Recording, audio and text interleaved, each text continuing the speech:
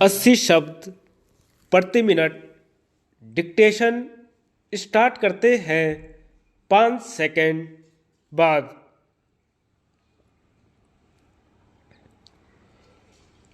अधिष्ठाता महोदय, हम अभी तक समाज की दृष्टि से स्वास्थ्य सेवा संगठन के ढांचे में कोई परिवर्तन नहीं कर पाए हैं। हमारी शिक्षा पद्धति और स्वास्थ्य प्रशासन लगभग वैसा ही है जैसा ब्रिटिश राज के समय था।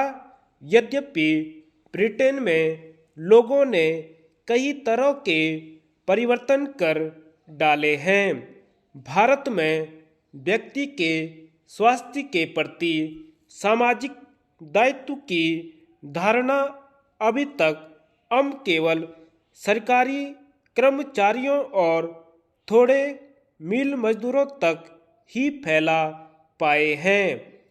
अन्य लोगों में केवल वे ही दवा करा सकते हैं जिनके पास धन है।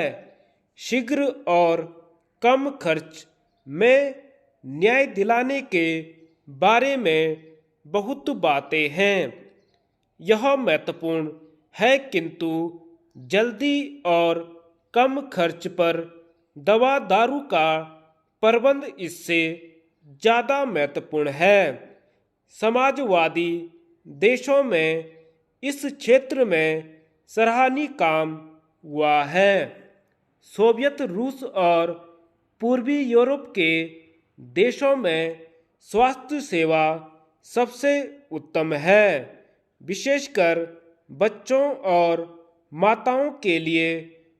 मुझे यकीन है कि ऐसे अनेक नए तरीके हैं जिन्हें हम अपना सकते हैं और उन्हें अपनाकर हम आंग्ल अमेरिकी तरीकों, औजारों तथा पाठ्य पुस्तकों पर अपनी निर्भरता कम करने के लिए उनका उपयोग कर सकते हैं।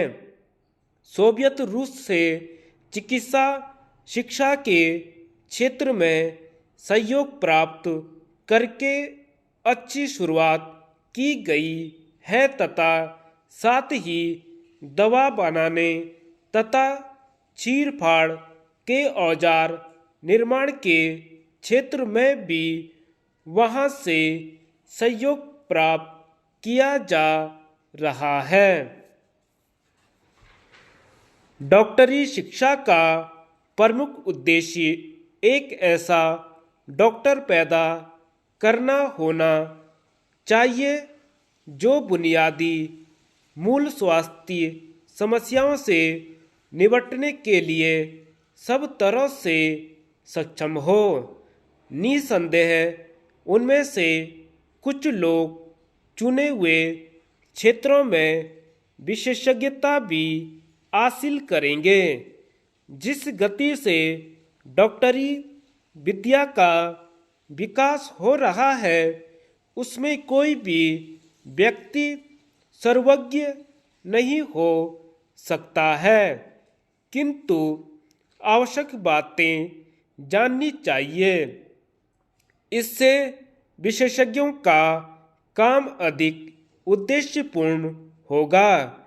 हमें अपने मूल काम से इधर उधर नहीं हटना है।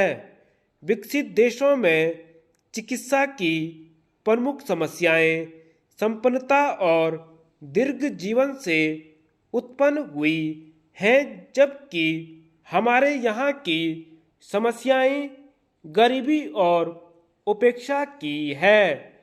हर देश को अपनी आवश्यकता के मुताबिक प्रशिक्षण एवं अनुसंधान की व्यवस्था करनी चाहिए।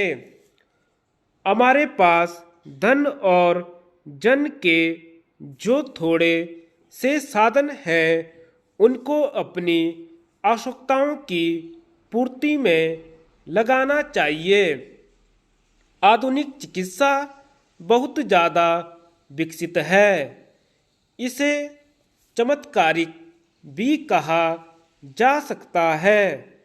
अनुभव के आधार पर कहा जा सकता कि अनुसंधान में किसी भी तथ्य को नज़रअंदाज नहीं किया जा सकता। धन्यवाद।